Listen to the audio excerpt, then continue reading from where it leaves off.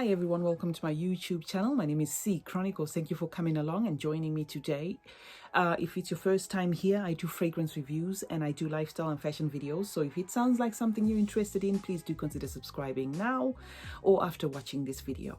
And if you are returning, thank you for coming along and supporting this channel. I am talking sense today, so I am bringing you a fragrance review video. I am going to be talking about none other than Guerlain's Terracotta, right? This is not new. This is a 2014 composition, but I do not have it on my channel, so I thought I should just give you my take of this fragrance, right? Just looking at the bottle, you can see there is a beautiful picture of the sun, you know, which does suggest that this is going to be a summery fragrance. So I'm going to spray it on a piece of paper and then I'll tell you more about it.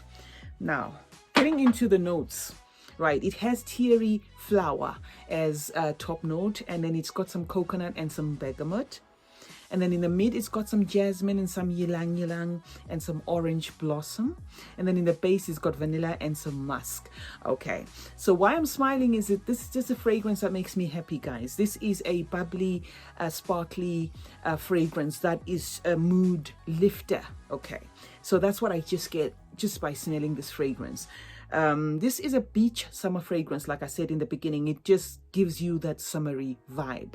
Not to say you cannot wear it in winter or other cold weather, but I think it's at its best in summer, right? This is a coconut beauty, sunshine in a bottle.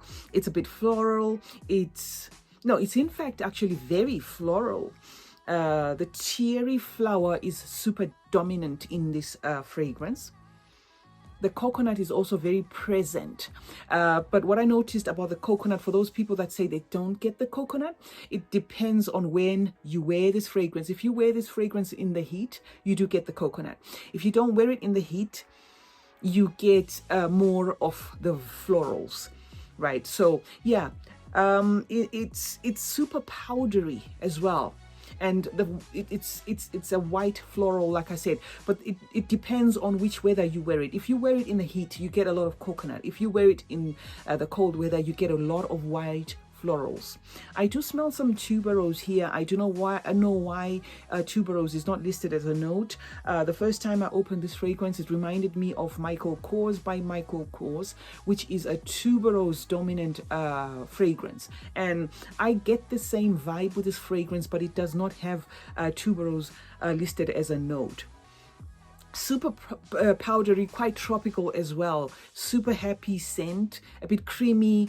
The white florals are interrupted by a bit of some creaminess to it. The lasting power on it on my skin, however, is not that great.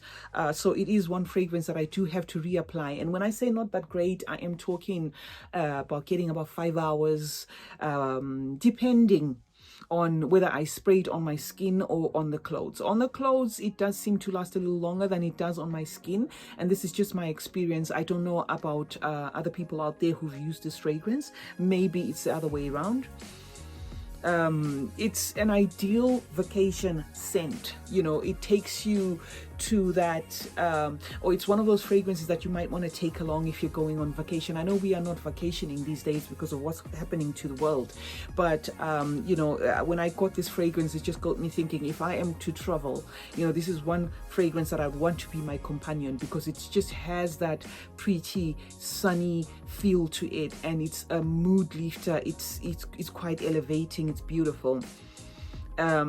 It's got some ylang ylang here, but the ylang ylang is subdued. So it's not one to look out for. So if you buy this fragrance particularly for the ylang ylang, you might not get that fix that you're looking for, because the ylang ylang is there, but it's playing third fiddle, if not fourth. Another thing is it's quite mature. This fragrance is one that I see somebody in their late 20s going up liking, but that's not to say a young person might not like this. It does give me a mature, well organized, I've got my life together kind of feel. That's what I get from this fragrance. So yeah, it does give me that mature feel. Do I reach out for it that often? Yes, I do reach out for it that often if I'm craving that coconut on sunny days. It's one fragrance that I do reach out for because it just gives me that beautiful coconut blended with, the feel of the sun. In terms of, is it a safe blind buy? I would not say this is a safe blind buy. Like I said, it also depends on the type of person. It gives me a mature feel. So I wouldn't want to give this to a young person. They might not get it, but at the same time, it's one fragrance that if you try it, maybe you need to give it time. To those that find it a bit tricky, it's one fragrance that I think is acquired. You tend to, you might not gravitate towards it often, but you tend to,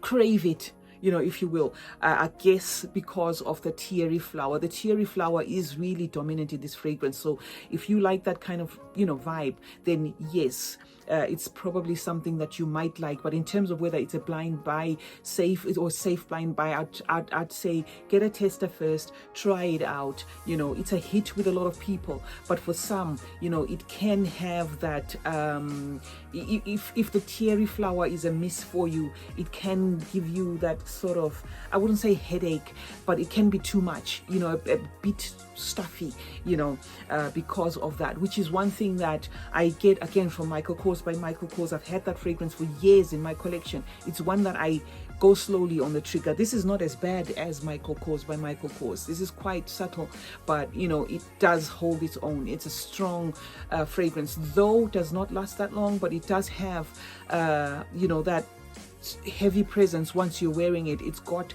you will smell this fragrance, you'll smell it from somebody, you will get compliments from the people who like it, if you go happy on the trigger, it might stuff you up. It's just one fragrance that is, it depends on the person. You can either fall head over heels in love with this fragrance, or it's just one of those fragrances that, a little is a bit too much for you. So that's what I had to say, guys, about Guerlain's Terracotta. For me, it's a fragrance that I appreciate. This is why it's at this level. I like it. Would I buy a backup bottle? Definitely. I think it's great value for money. I think it's priced right. I think it's ideal, as a happy, bubbly scent. Let me know what you think in the comment section, whether you own this fragrance, whether you are curious about it, whether you know someone who uses this fragrance. Give me let's discuss about it in the comment section. Is it something that you would, want to try, or is it something that you've tried before? For me personally, I like this fragrance, although, like I said, it's one that might require baby steps for other people because of the terry flower. And it's a fragrance, again, that some people might find hard to find the coconut, because some people say, okay, but we don't. Yeah, but it's overall a beautiful, beautiful scent or fragrance for me. So thank you very much for joining me today, guys. It's been a pleasure doing this fragrance review for you. I hope you do consider subscribing if you haven't already. Remember to leave a thumbs up if you liked this video. Remember to leave a comment, and remember to turn on post notifications so that you are notified anytime I upload a video. It's been your girl, CeeChronicles, and remember, smelling good is a form of good manners. Cheers.